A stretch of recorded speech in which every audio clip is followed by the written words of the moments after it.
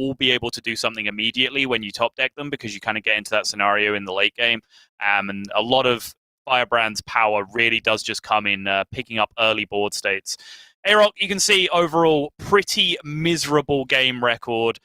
Going into the start of the week, certainly he had the weakest record overall in game score, and having picked up another defeat, I'm pretty certain that won't have changed. So he needs to reverse his fortunes very, very rapidly. I set up the stakes of how important this is. You can see the match score records now next to both of these players at 1 and 4. This is as close as we can get at this point to calling something a relegation decider.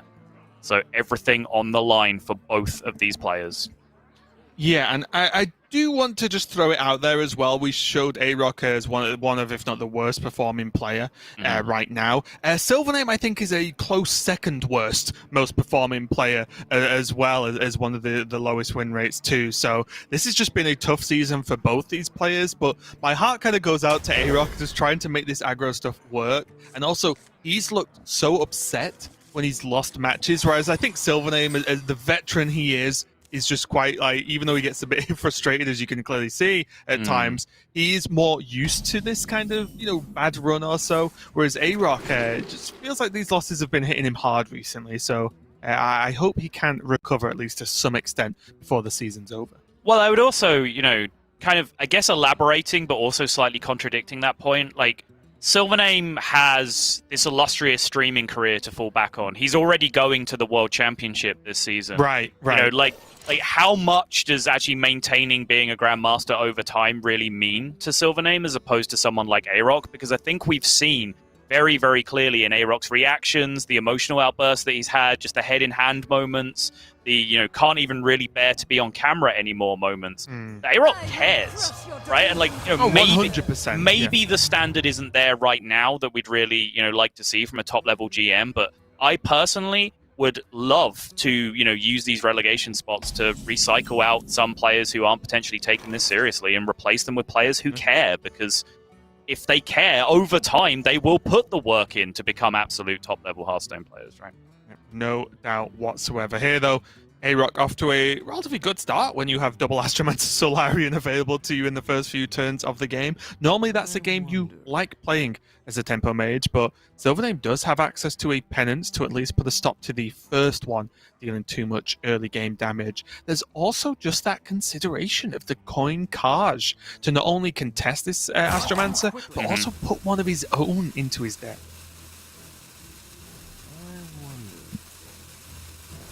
There is the fear, of course, that it is weak to the one devolving missiles that AyRoK does run, so that would be the complete blowout to this response, but that is one card, right? And it is very early, and the payoff is so high. I think I actually do like this from SilverName.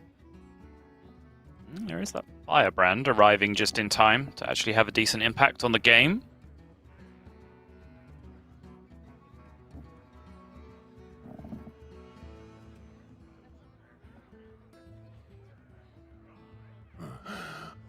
I wonder if bit of a weird turn here for AyRoK, isn't it? He has access to Arcane Intellect just to cycle, maybe get towards some better options.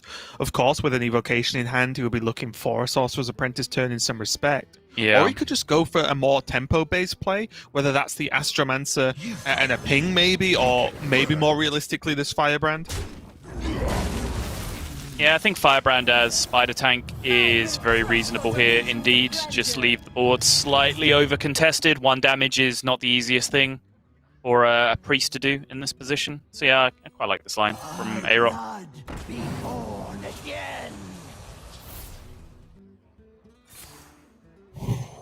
Definitely a weirdly complicated turn though. And the spell damage is going to help this Penance clean this up very nicely, actually. SilverName now has retained a pretty strong board presence, and AyRoK already on the back foot. But Mage can play from behind. We've seen it time and time again. It only takes 1 strong turn, and suddenly Mage looks like it was going to win all along. Yeah, that's right. As it happens, both players kind of took a risk against a one-of in their opponent's deck, where SilverName went for the coin Kaj line, getting punished by devolving missiles that wasn't there. But obviously, AyRoK on the other side left himself exposed to Penance, but the nature of the Highlander deck that SilverName is playing, that Penance was only a one-of on the other side as well. AyRoK did unfortunately run into the punish himself.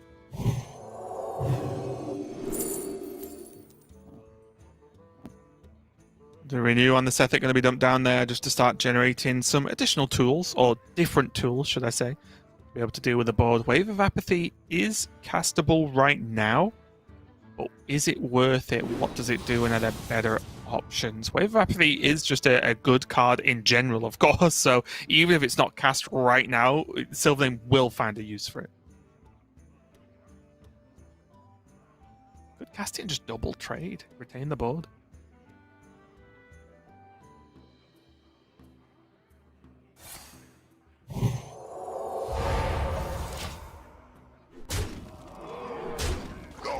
He's going to go for it there and just use up that wave. Looks nice. I think as the priest, especially Highlander, if you hold the board like this already this early in the game, it is worth just holding on to it as much as you can.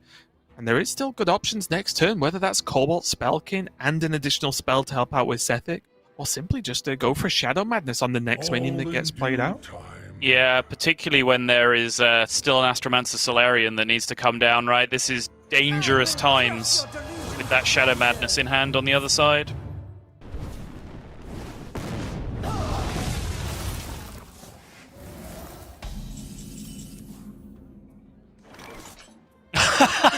Of course. Obviously. What else was going to happen?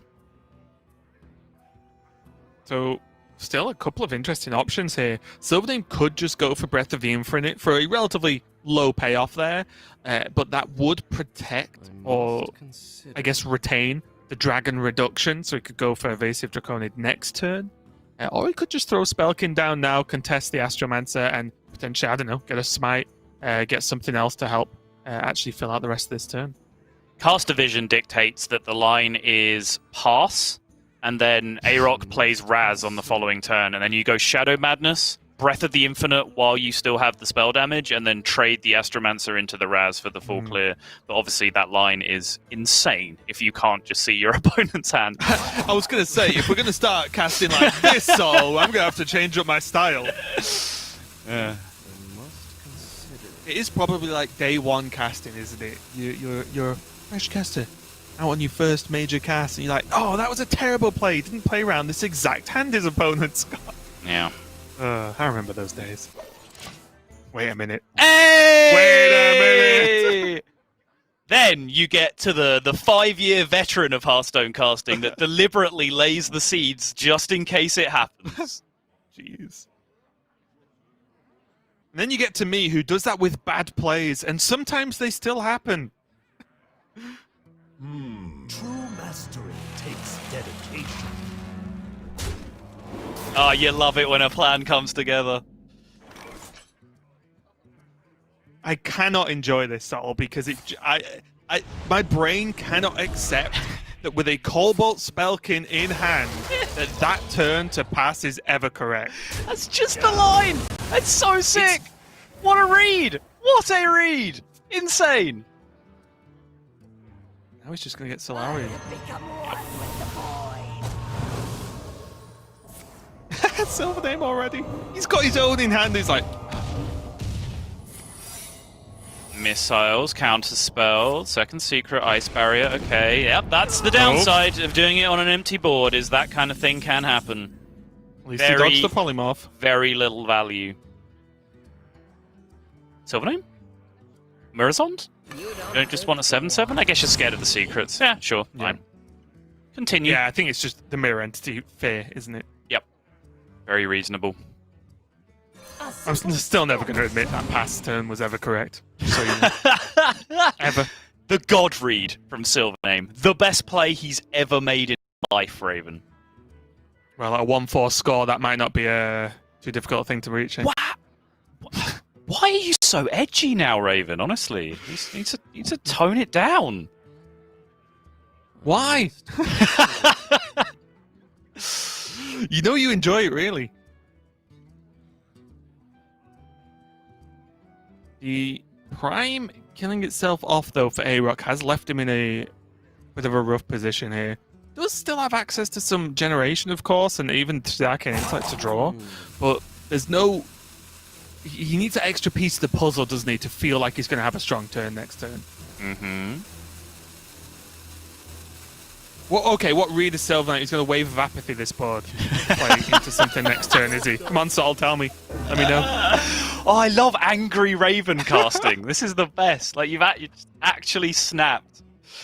Oh, there it is, though. That's the piece of the puzzle that AyRoK was missing. He can just go. Yep. He's looking for payoff first. Okay. Doesn't find it. Gotta ask the question of how much longer AyRoK really feels like he can play from behind here. Like, how greedy can he get to find some payoff for this Apprentice evocation? Like, at a certain point, the evocation just is the payoff in and of itself. I think that's what I was thinking, right? Like, the payoff was drawing an Apprentice so you can cast this evocation. Not like this. God read gamer! You never do it. You never do it. Not in a million years. Well, apparently SilverName does. Not in a million years. Look at your hand. There is no way you give any of these cards to your opponent. Look at your opponent's hand. Oh. Just imagine the turn. Okay, real talk. Play a little game while SilverName decides. Sure. Is throwing away 2 Apprentice and the evocation better than your opponent playing a Solarian next turn? I mean, if you if I would actually had Caster Vision, I could see both hands. That would actually be a real debate. Yeah, I think that's actually pretty close. Or is the Murazond the real fifth? Well, yeah, you can't. That's the biggest problem, right? Is that you just can't give your opponent Murazond in this position. So you certainly have to play Murazond first before you do anything else. This is a fairly reasonable Murazond. You get an Arcane Intellect out of it. Anytime your Murazond draws you cards in Priest, you should at least think about casting it.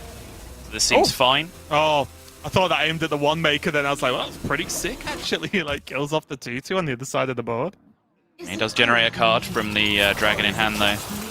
Now, AyRoK is happy with his payoff, and he is going to load out here, looking for some Shenvala value. SilverName still currently might just have to fall back on this Solarian Prime. He does have Wave of Apathy many times to bail himself out if it goes wrong, but in terms of actually clearing the board, he is pretty much reliant on this Solarian Prime. Right. I've seen both impressive and terrible primes, though, even just this weekend alone. So it's not a guaranteed thing regardless. Oh, wow. Hello? That's a lot of zeros. Castable. Yeah, I have not processed what the cards are just yet, but that is a lot of zeros, I can tell you that much. This is a full board. That's so good that Conjurer's Calling is bad. Right? Yes. Because the board will be full. Yes. You trade off your 2/2, right? So. Also, Counterspell comes down here, I think. Well, I was thinking you could trade off your 2/2 and then use the Conjurer's Calling. Oh. On one of the 5-drop snow elementals. But yeah, maybe Counterspell is just a smarter way of doing that. I'm not going for Counterspell. I feel like the only way this is a problem... I guess you're assuming that there's always a card that can be burnt. I guess Counterspell doesn't really protect you against Soul Mirror. Because you know there's 1-cost cards in hand, guaranteed. So yeah, okay. That's fair. Just refill his hand with some spells, so... Now it's all on SilverName here. To dig himself out of this, because that was a pretty ludicrous turn, honestly. Yeah. Yeah, the card draw plus Cyclone was absolutely fine here. I did kind of Conjurer's Calling. Like, obviously, you don't really make your board that much bigger, of just making a 5/5 into 2 other 5-drops, but you get the twin spell Conjurer's Calling in your hand at that point, which is like a really nice resource to have. But obviously, Mana Cyclone gets you a whole bunch of random resources as well, so this seems absolutely fine. I think you can always start with Wave of Apathy here, just to... I mean... You start with the Prime, don't you, before you do anything else? Yeah.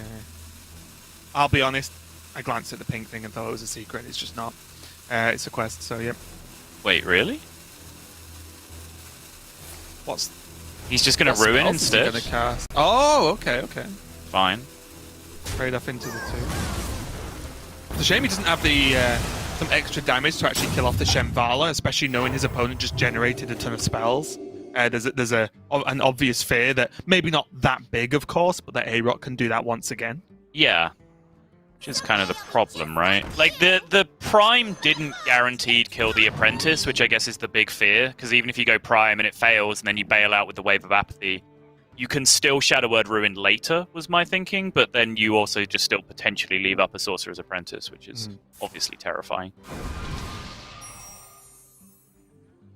Ram session. Open out AyRoK here, just keep these resources up. Still just has that Cyclone, which wouldn't be the end of the world either. Yeah. Maybe he has to, like, barrier Cyclone? There's the Elemental Allies completed, which is going to help this turn pop off even harder. He can now potentially shoot spells at his own Violet Spellwing to get the missiles into the mix this turn as well. 9 cards left, 2 Mana Giants. 9 cards left, 1 Mana Giant. I apologize. The Conjurers as well. Yeah. Perfect. Conjurer's Calling was a 3 mana 4/4 there. It's not really that great if you think about it that way. Back to the drawing board here for SilverName. And now is he just in kind of the same turn again? Yeah. He just has to prime now? Yeah.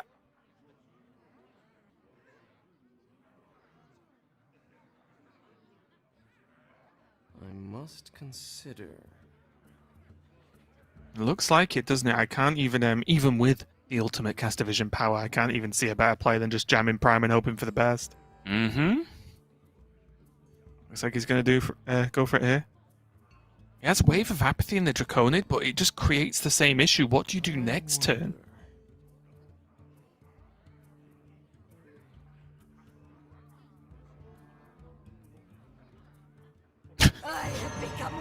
Okay.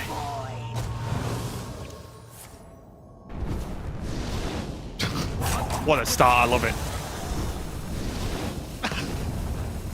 Hey, if there's one thing we've learned about SilverName, he loves a good Pyroblast. And he loves a good puzzle box as well! My oh my. Kings has to be bad for him, and is. Is he just preemptively Wave of Apathy into heal, I think, here? Yeah, Probably a good call. He doesn't have time to see the resolve, so he's just spending his mana. This looks like yet another terrible box, which seems like all we have been seeing in Europe this week. Yeah, absolutely tragic puzzle box. Let's have a review. What are the secrets there for SilverName? That is Ambush, Mirror Entity, and Pack Tactics. I don't know why that's funny.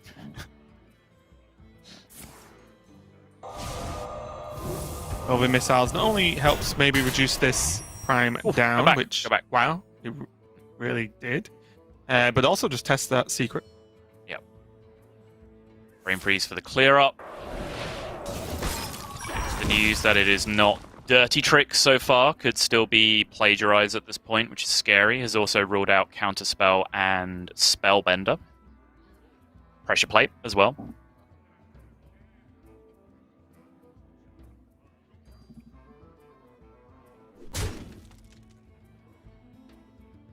No Flame Ward, no Explosive Trap, no Freezing Trap. Yeah, he could have actually played a spell there first to get a 5/5, then prot the Flame Ward, if or tested for the Flame Ward, should I say? Why? He would have procced his Shambhala to get a 5/5, right? Oh, I see. So before the Shambhala would die to Explosive Trap or Flame Ward. Yeah, no, that does make sense. It's just a thought if he wanted to cast a spell or not, that's all. He had Ice Barrier, he could cast and not really get punished, right? That's a good point. And right now, I do think with AyRoK seeing the desperation that SilverName's had each turn to try and deal with this board.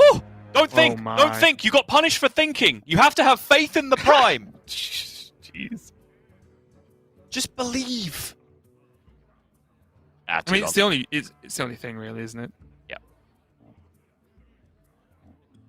He still has mana for Wave afterwards, if you think that's gonna hold on. Yeah. Or be enough, but I don't. Nothing else really gets there. I guess like Acolyte, Wave, and hope you get the Iron Bark, like. Which is way lower odds than Prime doing something. I think. I must consider. I think so too. Your mind when did this get buffed? What card got cast? The warrior buff taunt minions in your hand. Oh, thing. right. Yeah. Can't remember the name. That thing. Jeez. Not the one he wants to see at all.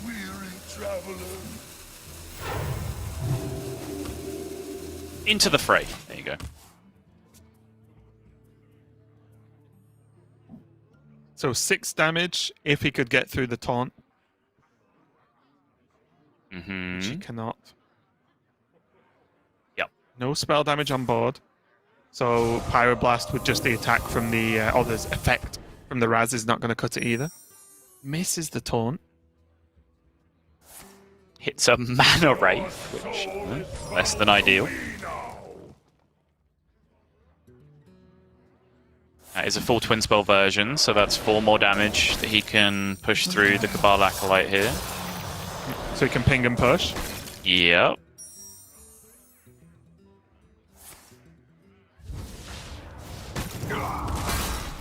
Yep. Alright, I like it. Threatening lethal yet again. Works against me. Even the heal now only takes SilverName back up to 10. And this time, no hesitation. That's more like it. This is how you get rewarded. Okay, good start.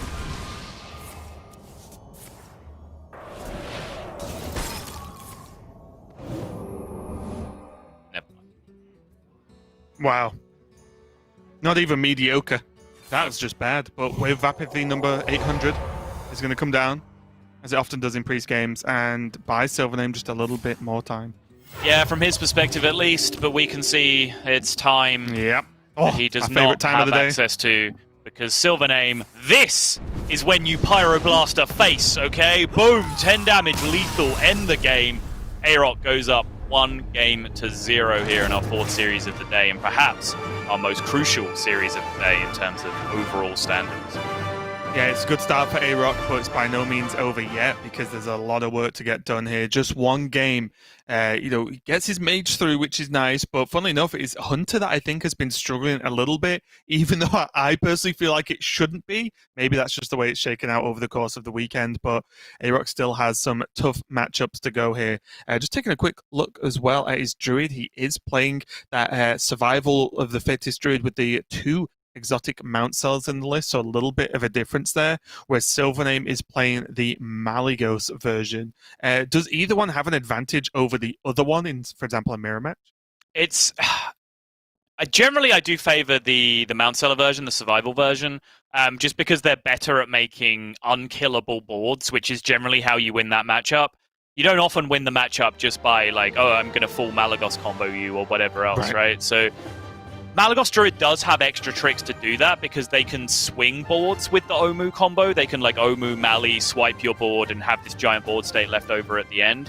But I think overall, Survival of the Fittest, Kael'thas, Mount Seller, whatever the tools are that you choose to include in your deck, generally do that a little bit more consistently from the Survival Druid side. Yeah, and that is the matchup. Funnily enough, I asked that question before I knew what the matchup was going to be, but it is going to be a Druid mirror, so that was just a good call. It is going to be interesting here, though, because this board swing could be huge. We saw something to a similar fashion from Casey in the Casey versus Blythe series earlier on, where he used the big Malygos turn to not necessarily lethal his opponent, but pressure them and destroy the board. So it will be interesting to see if SilverName can even go for or achieve something similar in the plays. But so far for AyRoK, that looked like a good chunk of ramp along with Mount Seller and the Overflow. Yeah, I'm a little surprised. The starter kit. I'm a little surprised, honestly, that he didn't just straight up full keep that. He got completely rewarded because he's now hit Overflow and Nature Studies, which has improved his hand over the Innovate that he threw away. But just having Wild Growth into Overgrowth into Mount Seller with an Innovate in his hand felt like it could just be straight up game winning. But yeah, I mean, Nature Studies essentially now allows him to preserve that coin in his hand to function as that Innovate anyway, because he can just play Wild Growth on curve into Overgrowth on curve. That's a huge deal. I think it's a bit of a shame there for AyRoK, as his spell choices weren't exactly amazing. But honestly, 1 mana, play Wild Growth next turn is just a good card anyway. If you get an extra card out of it, okay, great. SilverName, though, going to go for that. One of the other openings we see quite a lot, and honestly, I've seen it more than I expected to, but just this super early Twilight Runner, you forgo your turn 3, which doesn't really matter most of the time, but most importantly, you start to cycle through your deck, get through those cards, so pretty good start there for SilverName, even if it looks a little bit weird. Infinite temporary mana available for SilverName, at least, as he's already played one Bloom, draws the second and an Innovate. Really nothing to spend that mana on being offered here. No permanent ramp either. So it looks like SilverName is just going to be having one of those play as beasts 1x1 kind of games. So strength in numbers then? Get that Malagoose out your deck? It's kind of like ramp if you don't have to pay for it. Yeah. Aha!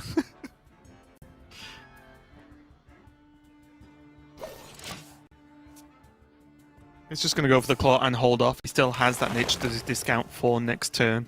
But AyRoK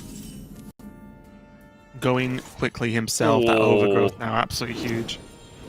This overgrowth or not of this draw is huge. Okay, Breath of Dreams is a decent consolation prize at least. What about into overgrowth? Into overgrowth, indeed! Yes! Suddenly, SilverName, I think, finds himself significantly ahead in this position. This Twilight Runner was going to have drawn 6 cards from the way I see it, because it's likely to live this turn as well. Just ignoring the possibility for a Diving Griffin off this Mount Seller. So the fact that it was drawing 6 cards, the one thing that SilverName needed was mana to spend all of those cards that it drew. It's actually pretty insane, isn't it? And all off the back of a turn that maybe not all... Are we just taking over this game, Sol, and this series? You called the past turn into the Shadow Madness? Now we're just calling summons and calling card draws? That's just night and day.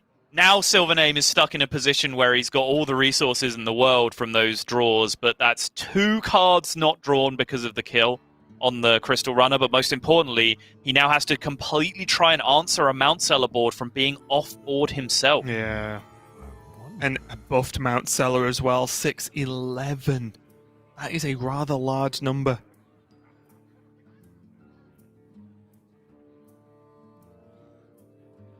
I don't even know how he goes about this.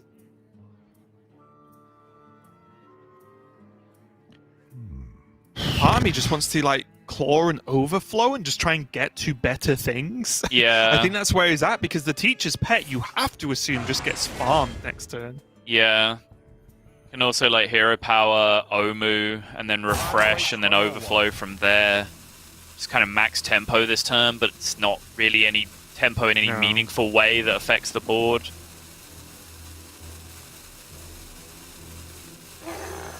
Yikes. Hard yikes. Yeah, he gets to kill off the 3-3, but it looked so good for SilverName. That early runner paying off for him in spades, but one Griffin, and everything's just changed. That's so crazy. AyRoK might just take the win off the back of that beast. Trade. Overflow. Full heal. More cheap spells incoming. Hits the Salad's Pride for the brooms if he doesn't find them immediately off the overflow. There's an Innovate. Just Innovate Healing Touch, right? Make the board. You have Savage Roar. Yeah, but he has Innovate Survival next turn. It's true. That right. is pretty good. You're saying sensible things, Raven. I do have to now and again. You just saw SilverName have no actual answer to this board. Why not just assume he's not got an answer again? He didn't overflow, right? It's not That's like the question. It's like, last turn. what even is the better play if you're assuming he can't answer the board? Isn't it just set up lethal? I guess. Wait, this is no. This is better than both. Yeah. Wind Fury minion. Wind Fury minion with Savage Roar on the following turn. This, if you're assuming that they can't answer the board, this is the best setup, right? Has to be. SilverName run Thresher? He doesn't. SilverName does not run Thresher. And he's already used one teacher's pet, so it's one runner, one pet. Yeah. Exactly. In that Guardian Animals, which just isn't enough. Yeah, and all that does is crash into the Mount Seller for no benefit whatsoever. Bloom, swipe. the Gidra? We can see that's important, but going into 9 mana? Is that something he wants to do, or do you think he has to try and do something with Malygos, or try and get the Germination next turn? He's dead to Overflow right now if he doesn't swipe it. He doesn't have to have a read on Savage Roar. It's like, it's an unspell-bursted Gidra that was just played on the previous turn, right? Like, I think you know it's a lethal setup of some sort, whether it's Savage Roar, whether it's Overflow. Like, oh, and he also knows there's a Druid spell in hand, right? Because that Healing Touch from the Nature Studies, so yeah. Oh, it's a rough choice, but it's one SilverName probably just has to make based on the information he has. Oh!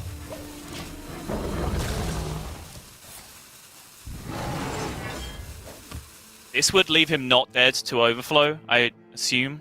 Yes, it would. It would take 16, 18, 22, 28. Yep.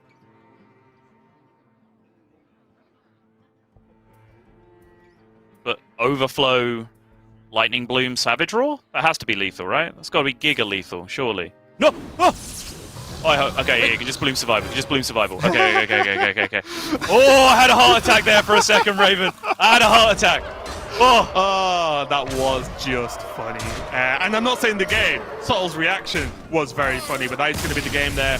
AyRoK taking a victory, and you've got to feel bad there for SilverName. The difference between that Twilight Runner sticking and not was everything in that game of Hearthstone. And you saw he had the card draw to back it up. He had the Omu. He got hold of the 2 Moonfires and the swipe, which is normally enough in a lot of circumstances, and he just didn't have the time because the runner was down at Mount Seller with 11 health, facing down nothing on the other side of the board. May as well have had 1 million health at that point.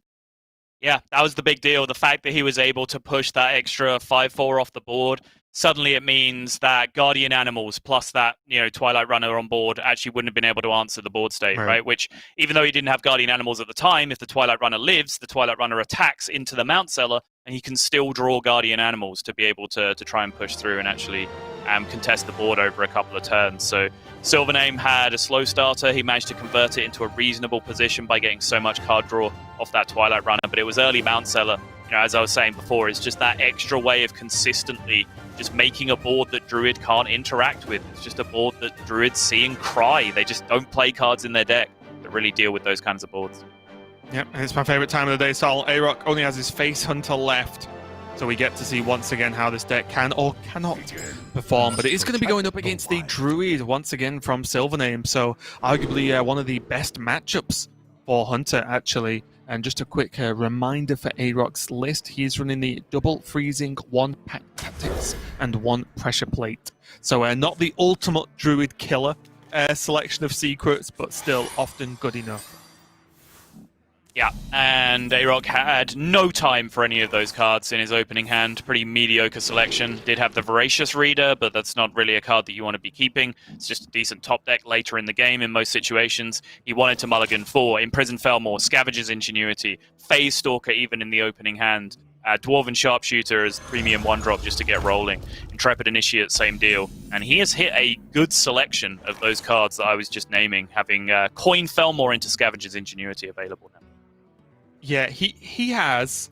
One thing that's important to keep an eye on here is whenever a hunter naturally draws a secret, it's actually very bad. The impact it has into the rest of the game is pretty huge. When you think that could be any other card but a secret, it would be substantially more powerful. So just keep an eye on that pressure plate and see if and when it gets played. It does, as one silver lining, I guess, give AyRoK control of when that pressure plate is gone. So maybe into the 7 mana turn for SilverName, that's going to be able to put on some pressure.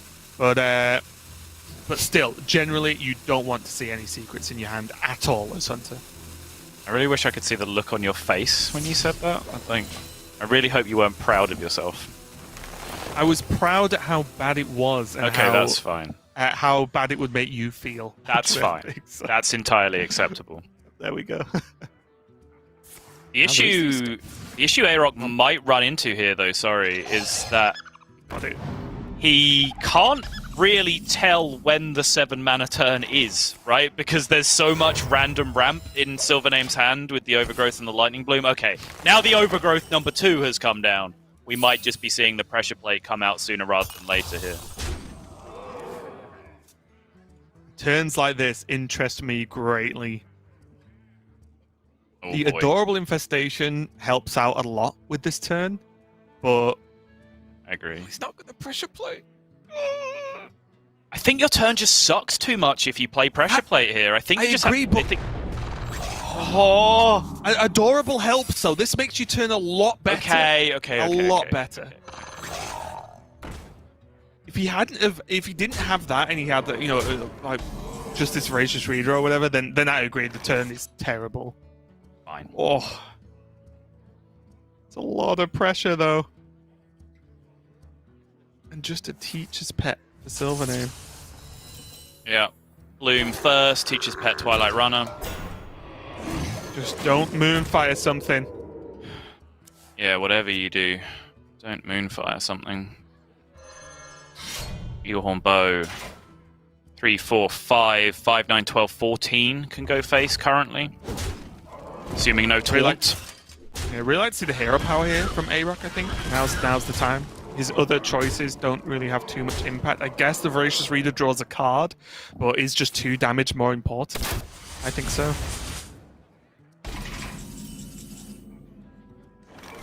Seven mana, that's an Omu, and this Twilight Runner's going to have to get something pretty impressive. Do you need exactly Overflow here? This is so weird because SilverName doesn't know what the secret is yet, so you'd really like to value trade the Twilight Runner into something first, and then potentially even like set up Gift of the Wild for yourself. But if it's Freezing Trap, like you then get into a mess. You just lose. Like, okay, Crystal Power Swipe. Mm-hmm. Ooh. In time, you too will bloom.